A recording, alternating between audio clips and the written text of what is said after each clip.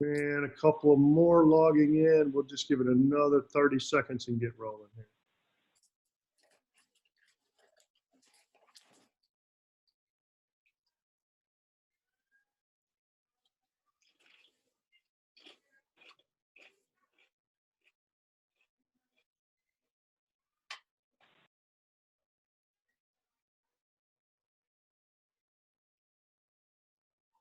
All right, I've got 1:30. Welcome, everybody. Thank you for joining our webinar today.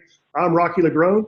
We have with us today Gina Huth and Marcy Lucas. We all work together here at Sales Development Expert and working with companies like yours and people like you to help you hire stronger people, which is today's topic. So again, thank you for joining. If you have questions along the way, feel free to type them in. Raise your hand. Gina's going to monitor the questions that come in, and we may hold some of those. We may address those as they come in. But we're going to do our best to make this a good 45 minutes for you today. And we may take a little longer depending on the questions, but we'll get you as much information as we possibly can to make this a good use of your time. So obviously, if you're here, you have been hiring salespeople or you're about to start hiring salespeople. And as we know, that can be one of the toughest challenges of any business function is to bring in the right salespeople for the right position. And we're going to kind of unpack and really deep dive on some of these challenges that it takes to really hire strong people for the position and upgrade the staff. But, you know, it's kind of like if you take an individual and you put them on the team, if they're stronger than everybody else, that raises the bar for the entire team. And certainly that's what we're thinking about here. But sometimes you can hire a much stronger person and they're not really a good fit because they're too strong for the position. So we want to be focused on that sweet spot of the right person for the right position. So as we kind of go through this today, I want you to think in your head, if I could solve my sales hiring problem, I could blank.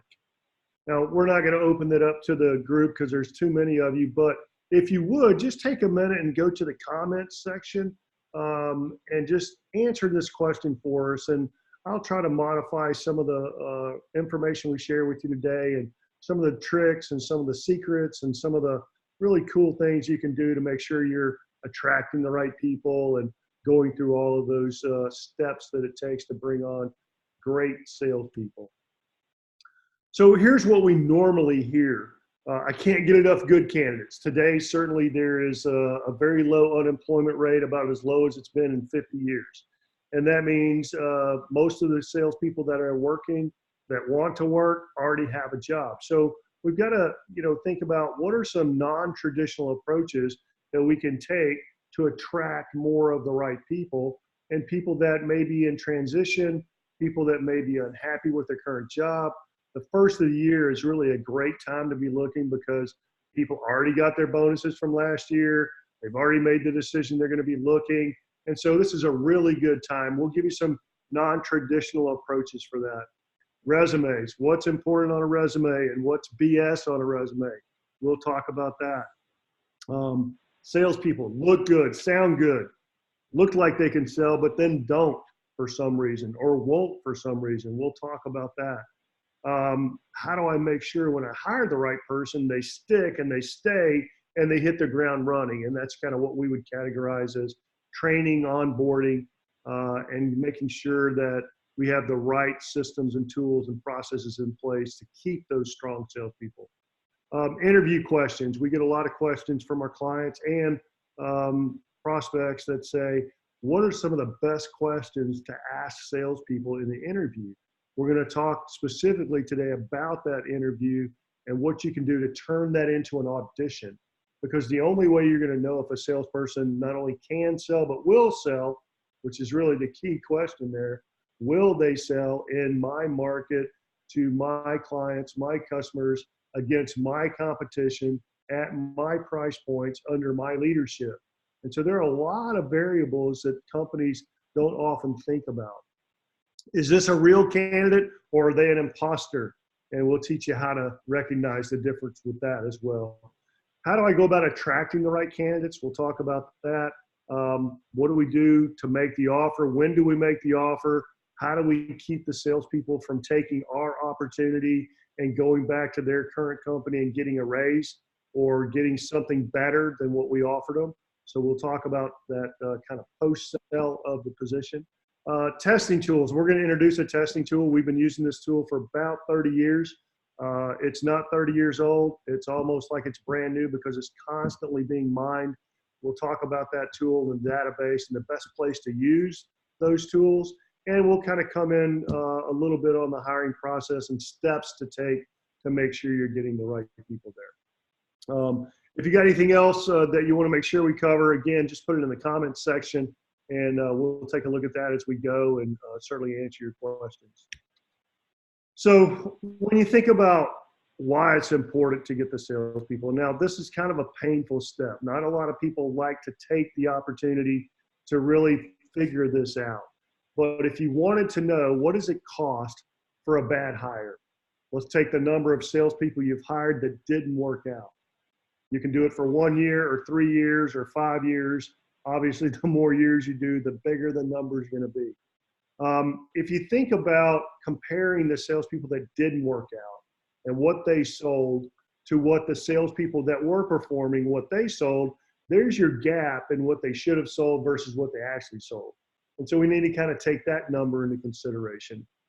Then, of course, the process of hiring salespeople. How much money did you spend on ads? It's typically anywhere from $500 to $1,000 a month for each vacant position. So you start adding that up. If you have multiple salespeople, that can get pretty expensive. How much time do you spend onboarding and training? Do you have a 2-week training program? Do you have managers that are spending their time with them? Are you taking your time to train the salesperson on what is your value statement? What is the sales process? What are the best questions to ask? Where do you fit in the marketplace? What are the types of things that salespersons needs to know to be effective? So all the time and effort spent on there should be included in this cost of an imposter. Of course, the time you spend from an admin perspective and a leadership perspective on, reviewing the resumes, interviewing the individuals, and then take that amount of time and value it at whatever you value your time per hour, and you'll find a very large number. So we know this is really important to companies to make sure they get the right salespeople, because if they don't, it's probably one of the most expensive expenses you can have in a business is hiring the wrong salesperson. And so we've been doing this about 30 years. We don't know everything, but we know a lot of what not to do. And we're going to share some of those tips with you today. If you don't mind, if you want to volunteer, just throw in that number at the total, put it in the chat box, and whoever's got the highest number, we're going to send you a book. You may or may not like it, but we're going to send it to you anyway if you type that number in. It's called Millennials Matter. Millennials Matter is a book a colleague of mine wrote. I've got a small chapter in there about how to help sales people at the millennial stage and how to transfer strong leadership principles to those millennials. So if you type your number in there, we'll be happy to send you a book, and we appreciate your participation there. So let's move on to some more important things here. Just a few statistics that we found pretty interesting. 90% of all hiring decisions are made from the interview, and they're kind of made from the gut, but only traditional interviewing is 14% accurate. So what most people look for in the interview for a sales position is not necessarily what they need to look for, and they're making decisions based on the interview that's not really that accurate. So what you see is not always what you get. I'm sure you've had this happen to you if you've hired more than 2 or 3 salespeople. They come in the interview, they look good, they tell you all the right things you want to hear, they sound good, they got good experience, they were successful in their past. You hire them, onboard them, and then 90 days later, all you're getting is excuses as to why they're not producing. Well, they said they had to talk to their management team. They said they had to talk to 3 people. They said they. And all of those excuses don't put dollars on your P&L. They cause you more aggravation than sometimes it's worth. So we also have learned that resumes aren't really that great. I'm not saying that people actually lie, but people stretch the truth. People, salespeople particularly like to embellish and give you a lot of great things. So we're going to talk just briefly about some of the things you can look for in an interview and a resume to be able to know if that's a person you want to continue spending time with. So we found that salespeople really come in four categories. You've got can sell and will sell. That's what we're all looking for.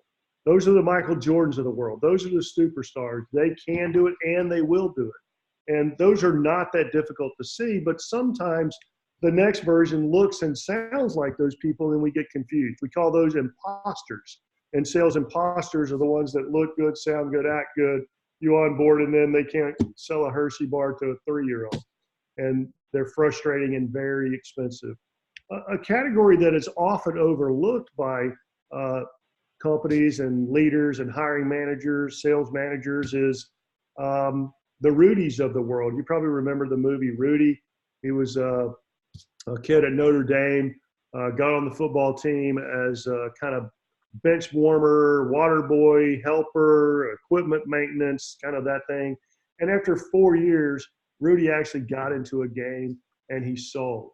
Now, the Rudies we're talking about that you're overlooking are people that don't look the part, people that don't act the part, people that may not be people persons, people. They're not that gregarious, outgoing, stereotypical salesperson. And so we want to be able to help look for those diamonds in the rough, if you will. And then the last one, can't sell, won't sell. This is probably about 70% of the salespeople in the world. So where does that come from? That's a pretty big claim. And I'm not calling all salespeople bad, but sales is a career of default, okay? So think about it this way. When you were in 8th grade or 7th grade or 9th grade, whatever it was, career day, did anyone raise their hand and say, when I grow up, I want to be in sales? No, nobody does that. Sales is a career of default. And because it's a career of default, there are a lot of people that are in sales that shouldn't be in sales. So the data that we have on 2 million salespeople, so we have evaluated and assessed 2 million salespeople. It's actually not 2 million, it's 1.9765, something like that. We expect to cross the 2 million mark in June. So that's a lot of data, especially when you're talking about 280 different independent findings for each salesperson. Well, this data is constantly mined and we are constantly comparing it to what's going on in the real world. We're able to predict trends, we're able to gain insight, and we share that insight and intelligence with our clients. And so if you think about this database of 2 million salespeople, we know that 78% of salespeople should not be in sales. That's one of the things that makes it hard for the sales profession because there's a lot of people out there that shouldn't be doing it. Imagine going to your accountant and your accountant saying, well, I scored, about 40% on my accounting exam, but I think we're pretty good with filing your taxes. You would go crazy. You would say, no way, we can't do that. But sales seems to be this fuzzy kind of sort of thing that a lot of people don't really understand. And so we're going to put some science behind it. We're going to put some data behind it. And we're going to help you see that those people that fall in that cannot sell, will not sell, really are the imposters as well as the people that are giving sales a bad name and causing you to spend a lot more time and effort going through the interview process. So we want to help you weed those people out very quickly. And we'll talk about how we do that. I think it's important to kind of compare and contrast the traditional process to a sales specific process. So if we think about the traditional process, you advertise a position, you collect the resumes, you go through the interview process, maybe it's 2 or 3, maybe you bring some other people in, maybe it's longer, you make them an offer, and then you kind of hope and pray. But let's look at it from a non-sales perspective. Let's say you're going to hire an office administrator. You place the ad, you get the resumes, you go through, you look for the experience, whatever software programs they're going to be running on a regular basis, their admin functions, their capabilities. You do the interview, you call references, things look good, sound good. You make them an offer, you give them some training for a couple of weeks, maybe a month, You give them all the tools and resources that they need. And then after about 30 days, they meld in to be a productive part of your operation. If we look at salespeople are competing with your competition. They're competing for your prospects' time and resources. They're competing internally for your sales manager's attention. They're competing internally for your sales resources, if you will. And they're competing with their colleagues on the same team. How many times have you had that dreadful conversation about, well, that was my lead. Well, that was my lead. Well, wait, I called them first. Well, wait, I've been calling them for, wait, in my database. So you guys know what I'm talking about there. With sales, it's very different. There's a whole different set of dynamics that do not play in any other position in the organization. And we need to consider that and keep that in mind. So we want to not do this traditional process. Well, it just doesn't work in sales. That's right. So with sales, if you advertise the problem or advertise for the position, we find that most of the ads out there are boring. They don't describe the individual. They describe the company. They describe the opportunity. They describe all kinds of great things, but they're not really the right type of ad to attract the right person. Okay. And we're going to give you some tips on that a little bit later.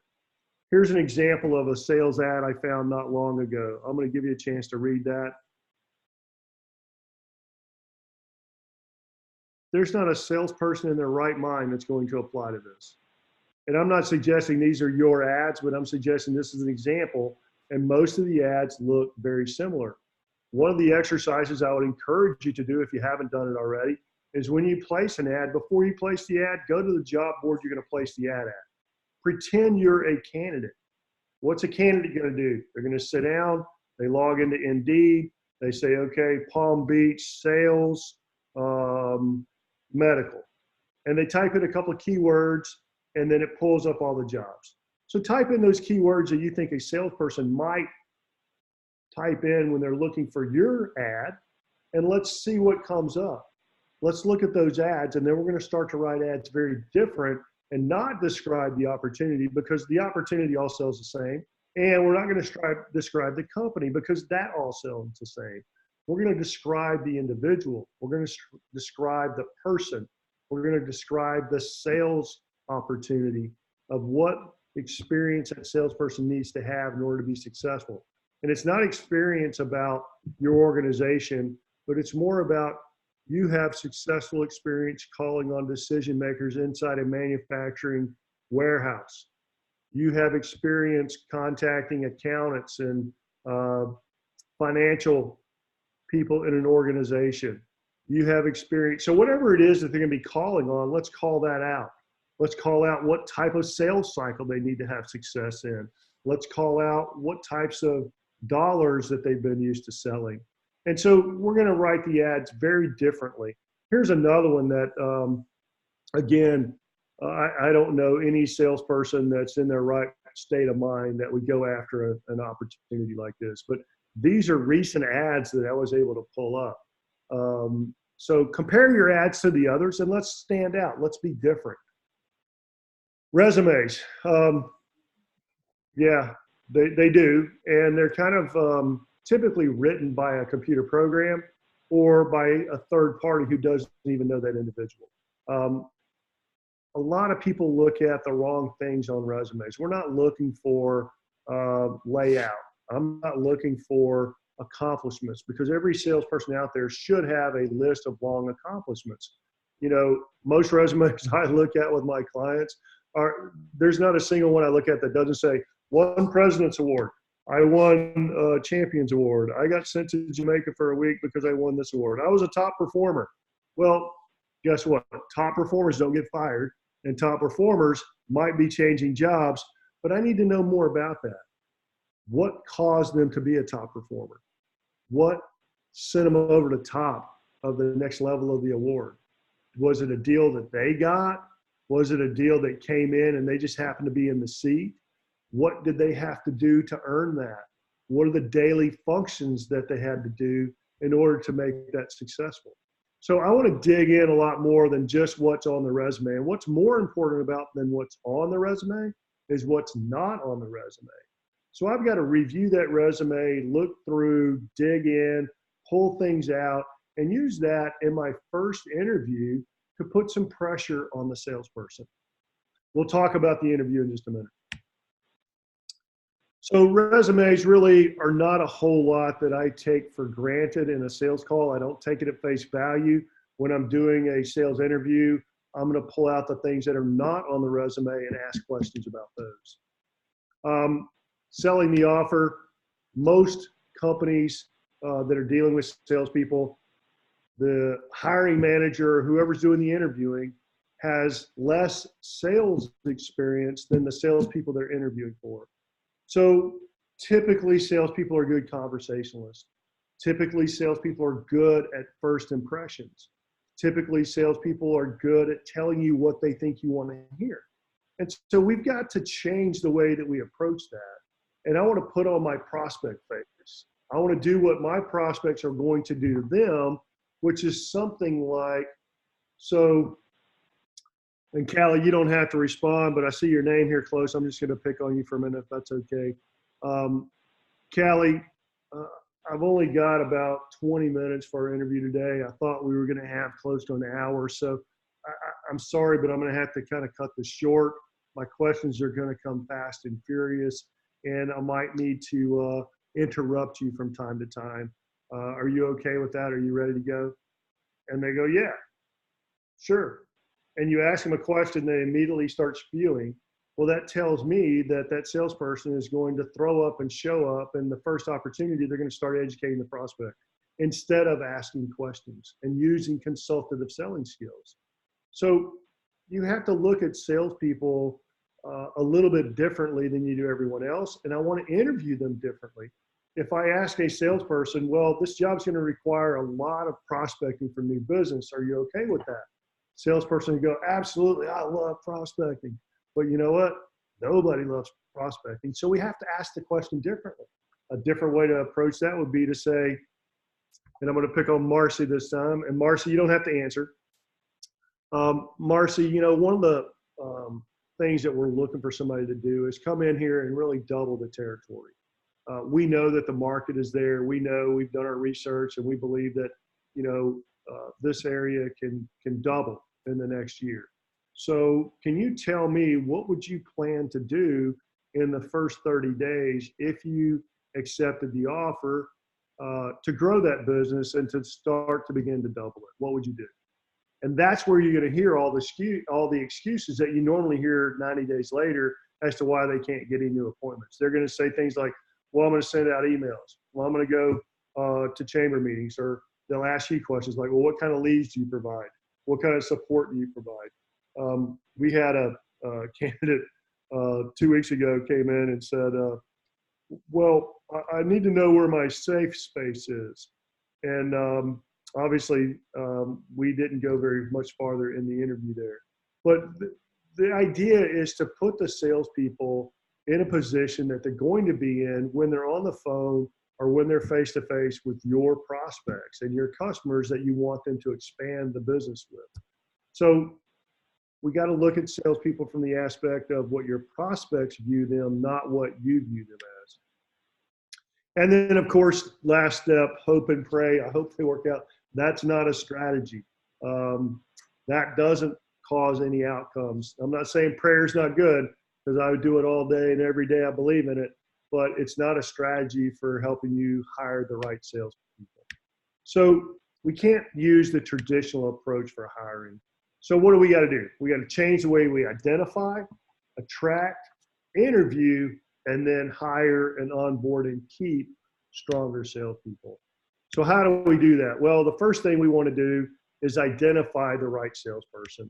Of course, attract them, interview, phone screen, all of those things. But let's talk about identifying that salesperson. If I think about, what does this ideal salesperson do? Who are they calling on? What level in the organization are they calling on? What's the sales cycle? What dollar value are we asking them to sell at? How does that compare in the marketplace? What type of resistance do they find early in the sales process? In other words, when they pick up the phone to make a call, are people going, yeah, I've been waiting forever for you to call me? Or are they going, not interested, call me in 3 months, go to voicemail. I mean, so I want to know what are the types of things that the salesperson needs to be able to do to be successful in this position. Once I identify this ideal salesperson, then I can take all of those criterias and start to define it, right? So when we think about attracting salespeople, it's not just about identifying the salesperson, but then once we've identified them, where do we go to get them? Where do we go to get in front of them, right? So I want to just kind of use a fishing analogy. If you follow me on Facebook or LinkedIn, you'll see I'm kind of a fishaholic and everything kind of goes to fishing. But here's a great analogy. When you're trying to attract a salesperson, we've got to use the same psychology and all of those cool words. But really what we're trying to do is we're trying to get our bait out in front of them and attract them to us, right? So if you think about a professional fisherman versus an amateur fisherman, professional fisherman and amateur fisherman, what's the difference? Well, the difference is about $200,000 a year and a whole bunch of sponsors for the professional. But the amateur fisherman takes a line and a pole and he goes and throws his bait out and he hopes something happens. A professional fisherman knows that there are 7 fundamental factors that will indicate where to throw the lure or the bait, how fast to retrieve it, and what color it should be. And those are things like cloud cover and barometric pressure and water temperature and water clarity, bottom structure, seasonality, and natural bait fish. And when you put those 7 factors together, it tells the professional fisherman where to go, what to throw, and how fast to retrieve it. And so we want to do the same thing. Once we've identified our ideal salesperson and we can come up with that genetic makeup and identify that salesperson, then it's easy to say, okay, where are they going? What do they do? What are the dynamics of an individual that has these qualities and characteristics? And so we take that, we write the ad, and then we put that bait out there and attract the salespeople to us. So if you think about what are some of the DNA, if you will, of a sales superstar, I like to call it the base you see in the center of the screen. What are the behaviors? What are the attitudes? What are the skill sets? What is the environment that they're going to be in? And if we can start to break these down a little bit into more detail, it gives us a really clear picture of what does a salesperson do. If I've got a salesperson selling marketing services, who should they be selling to? Well, they're typically going to be selling to the owner of the business, or if you're selling to Fortune 500s, they're going to be selling to the CMO. So what does that tell me? Well, typically it's going to be a longer sales cycle if it's a large company. If it's a small company, it should be a quick. So what is the price per sale? What is the average sales cycle? Does someone have the capabilities to do that? So I'm going to take all of these factors and identify the experience, the model, the killer instinct, the outlook, all of these things that really determine the capability of a salesperson to sell in my market to my clients against my competition under my leadership. Now, of course, you don't have to have a PhD to do all this because we have a tool that includes all of this. And I'll introduce you to that in a minute, but just what if, let me pause for a second. What if you knew all of these factors about all of your candidates? Certainly it would help you make better decisions to hire those stronger salespeople that are going to allow you to grow your business. And that's the whole point of salespeople, right? So if we kind of think about how do we attract them, writing the ad is quite different and non-traditional. And where we place the ad, I want to put a lot of time and thought into the heading because that's the first thing people look at, right? You know it. You pull up Google News, you're reading the headlines. You don't often read the entire article unless it's something really interesting to you. And the headlines is what attracts you. And then I want to identify what do you must have. The must have the ability to close in a short sales cycle, or must have the ability to orchestrate a long, complex sales cycle, must have the ability to walk in the boardroom and be comfortable on the manufacturing floor. Should haves. You should have experience selling to CPAs. you should have experience with technical tools. You should have experience. You should have great math skills, whatever the should haves are. And then, of course, I want to talk about the income.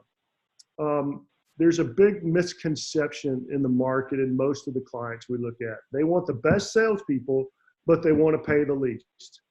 So the rule is hire the most expensive salespeople you can afford. And you have to be competitive in the marketplace for the type of salespeople you're looking for. So if we've got a position that should pay $85,000, then a candidate who has earned $40,000 in the last year likely does not have the skills to earn $80,000. So I'm okay with the candidate being around 60 to 80% of what the first year's income is going to be. And I just want to focus on that first year. I don't want to focus on 3 years, 5 years, because that may never happen. But what is a first year great person expected to make? And then come up with, let's say 80% of that, and that's what the candidate must have made in the previous year. If you have a variable comp plan, put that in the ad. Candidate must have made at least $80,000 in the last 12 months with a variable comp plan. Now, EEOC has changed some guidelines. We can't ask people about money anymore, but we can certainly put it on the ad and say you must have earned this amount.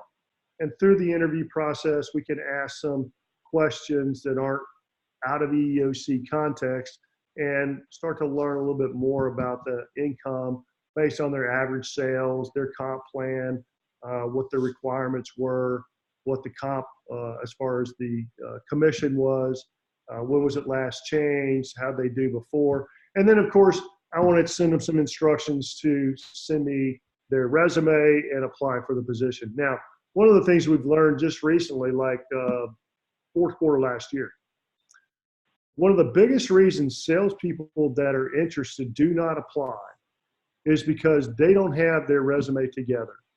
And it is a pain for them to go and get their resume together. So we started suggesting to our clients, don't require a resume. If you're interested in this position, send us an email with your name and phone number. That's all we need to get started. So think about that. If you're in a position and you're fairly happy, or maybe you're a little unhappy, and you see an ad or you hear about an opportunity, but in order for you to capture that opportunity or at least become a potential candidate for that company, you've got to go do your resume. Well, you might not have done it in the last 5 years. You got to dig it up. Or maybe it's, you're just out of college and you don't have a whole lot of experience. So by not having people send their resume as the first step, we saw a much greater response rate. And then from there, we start to qualify or disqualify the candidates. Which is our next one. How do we qualify them? Well, we use an assessment. This assessment is designed by sales experts. It is not psychological or personality. It is not behavioral. It is not aptitude. This is sales execution. And what we want to know is not can they sell, which is what all the others tell us, but will they sell? So from the perspective of psychological and personality assessments, those are great. What that tells us is that person has the ability to go out and make friends and build relationships, which is certainly a part of good selling skill, right? However, just because you can make friends doesn't mean you can make sales. Otherwise, all of our friends would be prospects or clients, right? And that just doesn't happen. Behavioral assessments, again, I don't disagree with any of them. Most of those studies say, here's the top 5 behaviors for great salespeople in this particular industry, or here's the top 15 behaviors for these winners in this group. The problem is when they look at the group is small compared to 2 million, which is what we have. Additionally, they don't look at the bottom performers. They're only looking at top performers. And through our studies and research, and we do this all the time with companies, we go in and look at their top 3 to 5 people and we look at their bottom 3 to 5 people. And you would be surprised out of those 280 findings, how many are very common. between both groups. So the tops and the bottoms, the differences aren't necessarily what's making those top performers top performers. There are some things that really don't have anything to do with sales that make them top performers. And they're looking at the wrong information. So they've drawn conclusions based on logical information, but it's not repeatable. It's not predictive. And so what you want is to have a sales assessment be predictive. So I'll give you a little bit of a scientific research summary. Every couple of years, we have this assessment validated. And what that means is we have to pay some PhDs to come in, third party. They take a sampling of candidates that were hired, and they go back and look at their assessments. And then they take a sampling of clients that use the assessment and hired salespeople. And through their study, and this was thousands of people and thousands of pieces of data, they found that 91% of all the candidates that were recommended by our assessment are with the company a year later and in the top half of the sales team. Now that is a big statistic to tout, but we can back it up. And if you're interested in seeing the validation studies and all the other third-party stuff that makes this real, we'll be happy to do that with you. But in reality, you don't want a psychological test. You don't want a behavioral test. You don't want an aptitude test. Aptitudes tell us really, what does someone know? And just because you know something doesn't mean you're going to execute at the right time with the right mannerisms and all the other micro expressions that come into play with sales. But what happens when you're face to face and voice to voice under pressure really kind of sometimes shuts down that aptitude as opposed to engaging it. So aptitude is a misleader for predictive sales success as well. So we don't want you to have to draw from inaccurate decisions. We want you to really look at some foundation of third-party studies. We know that about 30% of the people that we test are recommended. About 10% are worthy of consideration, and the rest are not recommended. So those where the 75, 22, and 92 come from. This would be a dashboard. So if we think about the will to sell, this is what you would call grit. You know, that drive, that capability to get through the hard things that it takes, desire, passion for success in sales, commitment, willingness to do whatever it takes no matter what, as long as it's moral and ethical.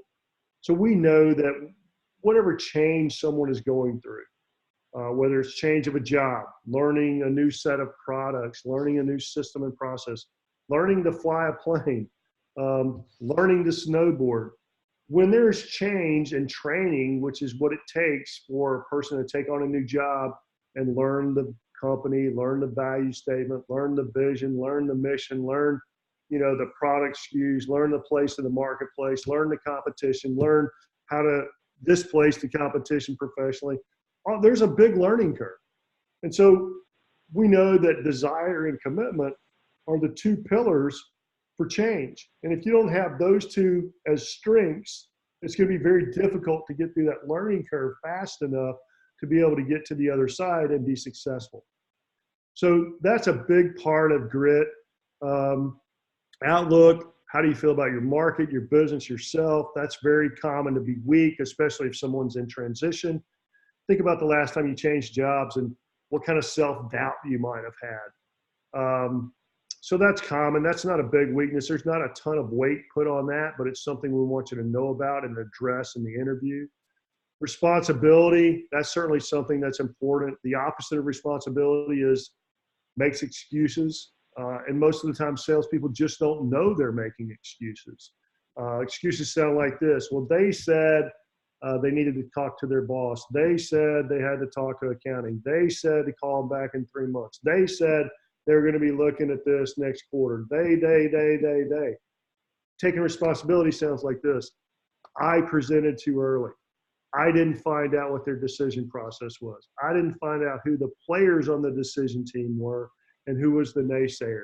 I didn't find out why they would leave their current competition. I didn't find out what it was going to take for us to earn their business. I. So when salespeople don't take responsibility, then they don't learn what they could do differently to have a better or different outcome. And so they get stuck and they blame either the competition or maybe their own company, or they blame the marketplace and the economy. So we're also looking at motivation. Do we have enough motivation to be in sales in the first place? Is it extrinsic motivation represented by the heart, or is it intrinsic motivation represented by the dollar signs? So dollar signs, in extrinsic motivation, that's money, rewards, recognition. The heart, intrinsic motivation, is more about having a good place to work, helping others, being part of something bigger than themselves, and helping the environment and the ecology and being part of the world, so to say, and being helpful to others. And neither one is good or bad. It's just information. If I know that my salespeople are motivated one way versus the other, then I know as a leader how to keep them motivated when that valley starts to show up, because salespeople are always going to go through these peaks and valleys. So we're going to head those off at the pass by knowing what motivates them. And then, of course, we're saying they're either recommended or not recommended. All of this is based on your client criteria. So before we can even process an assessment, we have to identify what is the ideal salesperson for you. What are they supposed to be doing? How long is that sales cycle? And there are about 30 factors that we help you identify. And then that goes in to weight the findings of the assessment. And it tells us where are the minimum scores for each of these and what are the scales that we need to be very focused on based on your type of sales. Because if you're selling, again, that large marketing program and research and development, that's very different than if you're selling pay-per-click advertising, or if you're selling TV or radio advertising, or if you're selling computer hardware or software. So there's a lot of different types of sales, obviously, and the way you run your business is very different. You could have a similar software business that's run totally different than your software business. So we want to compare it and weight it based on your position in your role inside your company. So it's all customized to that. When we look at the DNA findings, these are things that I call hidden or invisible weaknesses that neutralize strengths. So salespeople could have all the strengths in the world, but if they're not really supported mentally and emotionally, then those strengths are sabotaged. People with high need for approval are going to have trouble asking tough questions. They're going to have bloated pipelines. They're going to take stalls and put-offs and really have longer sales cycles. People that have the inability to control their emotions in the heat of battle, when the prospect winds up and throws their best curveball and an objection at the salesperson, they kind of sit there and go, oh, let's see, what should I say? What should I do? Where do I deal with, and of course, they're not acting like I'm acting here. I'm overreacting, of course, but that happens inside their head. And it's 2-3 layers down, and they're talking to themselves. And when they're talking to themselves, they're listening to themselves. And if they're listening to themselves, they can't be listening to the prospect. So they don't know what question to ask to help the prospect overcome their own objection, because it's their objection. We can't overcome it. We've got to ask questions to help the prospect overcome it themselves. And if you're not listening, you can't ask the right questions. Supportive beliefs, there's 66 of these that we screen for. These are things like, I have a long sales cycle. I can't close in one call. The economy's tight in my market. It's hard to sell in my industry. My competition is tough. I have to send information first. And all of these non-supportive beliefs, if you will, that are neutralizing and really causing themselves to sabotage. So sales is just like life. Whatever you think about most will happen, and it will manifest itself into current reality. So if I'm a salesperson and I think I have a long sales cycle, I am subconsciously going to do things that cause a long sales cycle. If I believe that we're going to have a money fight, then that's what happens. So salespeople don't realize how deeply they discount themselves and their own skills by their underlying thoughts. And here's a way that we can help you identify what those are so we can fix them. Now, not everybody's going to be perfect. we're going to have a lot of people who are weak in these areas, but that's okay.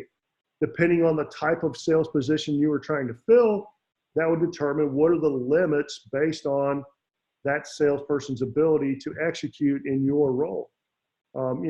Making $50,000 a year selling marketing materials, if you will, like phone covers, coffee cups, t-shirts, awards, things like that. That's a lot different job than selling $250,000 enterprise hardware and software. So it varies based on the company, based on the position. A few of these others here, Bicycle, it's really what we've discovered is the way you personally buy things is a mirror image of how you expect people to buy from you. And so salespeople are sabotaging themselves because they themselves have a long non-supported buy cycle. They shop a lot, they compare a lot, they buy on price. And so those kinds of things can cause a lot of negative outcomes in sales. And we want to be able to predict that. Talking about money, I'm guessing some of you grew up hearing things like I heard, like, shh, money's private. Shh, money's none of your business. Shh, don't talk about other people's money. What do you think? Money grows on trees? So we have all these kind of negative records about money, but when we get into sales, it's our job to talk about money. It's our job to find out how much money the prospect has. It's our job to find out how much money their problems are costing them. It's our job to find out how much they're willing to spend to solve these problems with us. And when salespeople hesitate, which is what the money weakness causes, it tells the prospect it's not worthy, it's negotiable. And so that's what starts that negotiation, and that's what causes salespeople to come back and say, hey, we can get this deal if I can just get the price down a little bit. And they're losing your margins when they do that. Of course, handling rejection is really critical. How quickly can you get back in the game after you've been kicked in the stomach? Some of the other skill sets are skill sets you would probably already be expecting that we're going to measure. Can they find new business? Can they ask questions and listen effectively? Can they qualify effectively? Can they bring value? What kind of closing skills do they have? And we're not talking about press hard, 3 copies, or the impending event close, or the puppy dog close, or any of those 1970s, 60s closes that force people. That's just not what we're doing today, and that doesn't work. And you guys know sales changes every 6 months or so. Things are changing so fast, we have to change with it. And so that's not what we're talking about with closing skills. We're talking about what do you do early on throughout the process so that closing is the natural next step and the prospect wants to buy from you, not forcing something down somebody's throat. Account management skills are a lot more salespeople today managing accounts as opposed to generating new. How do you protect those accounts? How do you grow those accounts? Because guess what? Your accounts are in somebody else's prospect box. So we've got to protect it and grow it and infect it so that when someone leaves and they bring somebody new in, they don't kick us out and bring in their preferred vendor. Everyone else in the company tells them they have to use us. Farming is really more about positioning yourself second with a list of accounts, and maybe you're not getting enough business out of those or not getting any business out of there. How do I continue to cultivate that and make it grow and build an opportunity so that when the current vendor screws up, I get the opportunity? Or when they're ready and their manufacturing plant is just built, we get the opportunity. So not all prospects are ready when we're ready, and the farmer skill set really shows if a salesperson has the capability to stick with it and go after them and not be a pest, but be a professional. Sales posturing, more about what do we do in the first 5 minutes to build trust, and how do we help that prospect or current client we're trying to expand believe that we are the right people to work with. So as we look at the assessment, there are about 280 different findings. On the screen, you see 21 core competencies. Each one of those competencies will be made up by anywhere from 8 to 12 different findings. So it's not one-dimensional. It's not personality. It's not behavioral. It's will they sell? Will they sell in my market to my clients under my leadership against my competition at my price points? So you don't have to be an expert with all that. I know we're getting close to the time, so I'm going to spend some extra time here on interview, or we might stop it here. But the interview, first of all, we would recommend a very quick phone interview. And I'll share with you the phone interview. It's not the traditional phone interview of, hi, how you doing? We're not making friends. I'm going to play both sides just so you kind of see the difference. I'm going to start with being the employer. So before I do the interview, I need to have my ad with me. I need to have had an appointment set up where the candidate is expecting my call. So ring, ring. Hey, David, Rocky LeGrone with XYZ Company. I had us down for a call today at 2. Is this still a good time for you? Oh, yeah, I was expecting your call. Great. Well, thank you. I just want to be upfront with you. This is going to be about 5 minutes. And today we're going to decide if you're going to be one of the 4 that we bring in for an interview. We've got about 60 applicants set up to have conversation with this afternoon. So again, I want to put pressure on them early. I want to put competition in there and see how they respond. David, are you ready? Oh, yeah. David, do you have the ad with you? No, that's fine. No problem. David, let me read the ad, and then I'm going to ask you a few questions about it. Is that okay? And then I read my ad, and I say, may I ask you a few questions about that? And David says, sure. I said, well, in the ad, it says you need to have experience calling on CEOs of hospital and healthcare administrators. Can you tell me about that? Well, yeah, and you're going to hear all kinds of crazy things. And then I'm going to move on to the next one. Hey, Dave, in the ad, it said you need to be very experienced in a 6 to 8 month sales cycle. Tell me about the sales cycle for the products you've sold in the past. What did you do to shorten those sales cycles? Okay, good, thank you. Now, again, I'm probably not going to get the right answers, and that's okay. I'm just looking to see how the candidate exposes himself and their skills. David, one more question here. The ad also says that you need to have experience using sales enablement tools, and you need to be able to use technology in your presentations. Tell me what you've used in the past and how that's worked for you. Okay, great. So there's a little rundown of the phone screen interview. When I do that interview, I'm going to be asking the same questions to each candidate, so we're in check with the EOC. I'm going to be using a scoring system and a scorecard, if you will, and I'm going to kind of be listening. Do I have John Wayne, or is it the Stay Puft Marshmallow Man? If I am one of my clients, how would they perceive this conversation? Because a lot of sales today is made over the phone, right?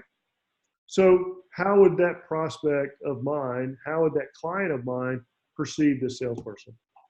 Now let's get to the interview. So we've done the phone screens. Now it's time to do the interview, but let me back up another step. Before we ever did the phone screen, we had the candidate take the test, the candidate assessment. We've already identified if they're recommended or not recommended. We know if they have the skill set that's necessary, and we know if they have the capabilities to be successful in this role. So now, just because the test says that, I still have some things I need to do. Of course, we need to find culture. I need to determine if that's someone that my prospects would like to spend time with. And so I'm going to bring them in for an interview. If I can't bring them in, it's a long distance thing. I'm going to do a Skype interview or a GoToMeeting or Zoom, whatever vehicle you like. And now we're going to, again, put kind of pressure on. Hey, David, I'm sorry. I was hoping to have about 45 minutes with us today. I only have about 20. So I apologize up front. My questions are going to come kind of fast and furious. I need to ask you some pointed questions, and I probably am going to have to interrupt you from time to time. Are you ready? Okay. David, on your resume, it says here in the last 3 positions, you were President's Award winner. Let's go back 2 jobs ago when you were working with ABC Company. What did you do to win that award? And what was that different than what your colleagues did? How many salespeople were on the team? How many salespeople made President's Award? Right. So one of the things I've learned over the years out of role play is that you could have the entire sales staff make President's Club because they all hit the number. There are a lot of different reasons for that. So I'm going to ask some pointed questions about that. David, it says here that you left the position in 2008. What was the cause of that? What was it that caused you to want to move on? What happened? And so here I'm listening for excuses. Is he going to blame the company? Is he going to blame the economy? 2008 was a rough year. 2009 was a little rougher. But I'm going to try to figure out, is he taking responsibility? Did he advance his career? Or did he blame the company or the economy? And I'm going to do that throughout the position. The other thing that you can learn about the resume is what is the time of year that they leave. So everybody's got a biorhythm, right? We all go through peaks and valleys emotionally, mentally, physically, and each year about the same time, we'll kind of have a downward swing. Well, generally, that's when people start to make transition to come out of that. So I want to look at what's the pattern of the time of year that they leave, so that if I do hire them, let's say the pattern shows that they always leave and change jobs in the first quarter of the year. Then about October, I'm going to start pumping up this guy. I'm going to start working with him a little closer. I'm going to help drive some goals and some personal challenges and get involved in that motivation part of my job with my salespeople. And so that we get him through that hurdle and he doesn't look for change outside of the company. Because usually it's not the company that's the problem, it's the salesperson that's the problem. So those are a few things we want to do in the interview. When we get done with the interview, I can decide if I'm going to bring them back for a second interview or not. But let's kind of break it down. Most people put too much emphasis on the phone screen or the second interview or the first interview. I'm just going to decide on that phone screen if this is somebody I'm bringing in for the next interview. On the first interview, I'm going to decide if I'm bringing them in on the second interview. On the second interview, I'm going to decide if I'm bringing them in for something else. So I hope that's helpful for you in regards to interviews and understanding more about salespeople. We went through the 5-minute phone screen. Looks like a couple people are just logging on. Maybe there's a time zone change. If you're just logging on, we apologize for any confusion on the time. We will send you a copy of the recording. But if you have questions, we'll be happy to answer them here in just a minute. So again, with the interview summary, don't make nice. Don't help them with bonding and rapport. Put polite pressure on them. Should be no more than 20 to 30 minutes. The sample questions from the test. So inside the test, there's also a page or so of questions that we want you to ask based on the findings. And then if we work together, we'll teach you a lot of other questions that are really critical for the first interview and phone screen and second interview. Of course, what's missing on the resume, we got to ask them those questions.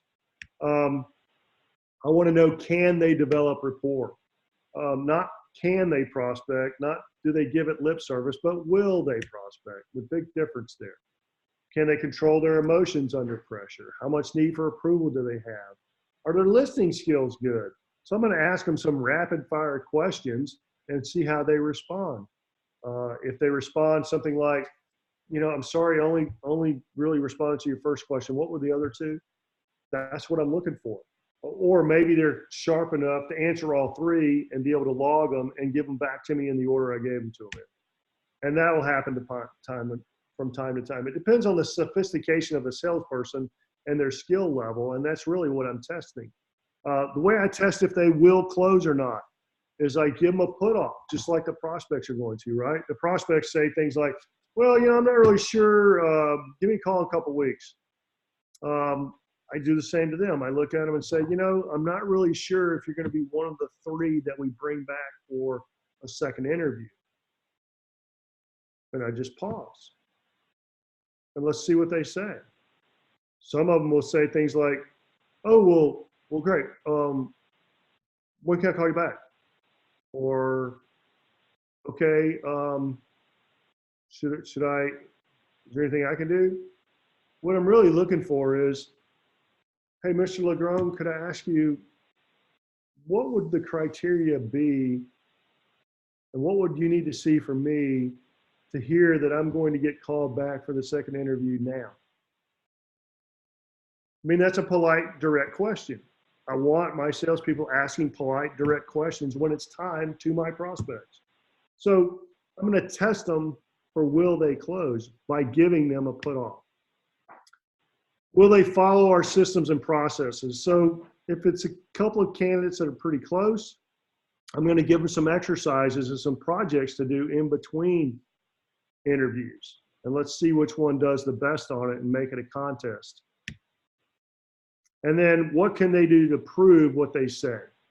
So for example, hey, Marcy, how would I know that you're a closer?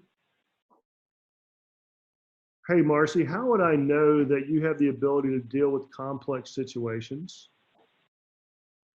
How would I know that you're able to orchestrate a comprehensive, complex, long sales cycle? So I put pressure on by asking them those kinds of questions. Let's see how they respond. Okay. I know we're just about out of time, so I'm going to ask you, if you don't mind, send us an email or type it in. We'll leave it open for a minute. Give us some feedback on today's workshop. What were you hoping to learn? Be a great question for us to understand why you signed up for the webinar.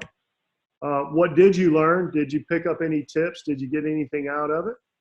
We'd certainly hope so, but we don't always know that. And yes, you'd like to talk more. If you're interested in utilizing our services, if you're interested in utilizing our assessments, or if you want to talk more specific about any of those topics, we would certainly be happy to talk to you. So please let us know and give us some guidance on what you'd like us to do. We'd be happy to be a resource for you, and we would honor the opportunity to work with you and call you a client. Thank you, everyone. I appreciate your time and effort. Thank you for your questions. For those that we didn't get to, we will give you an email and answer your questions directly. Thank you so much. Have a great day and good selling, everyone.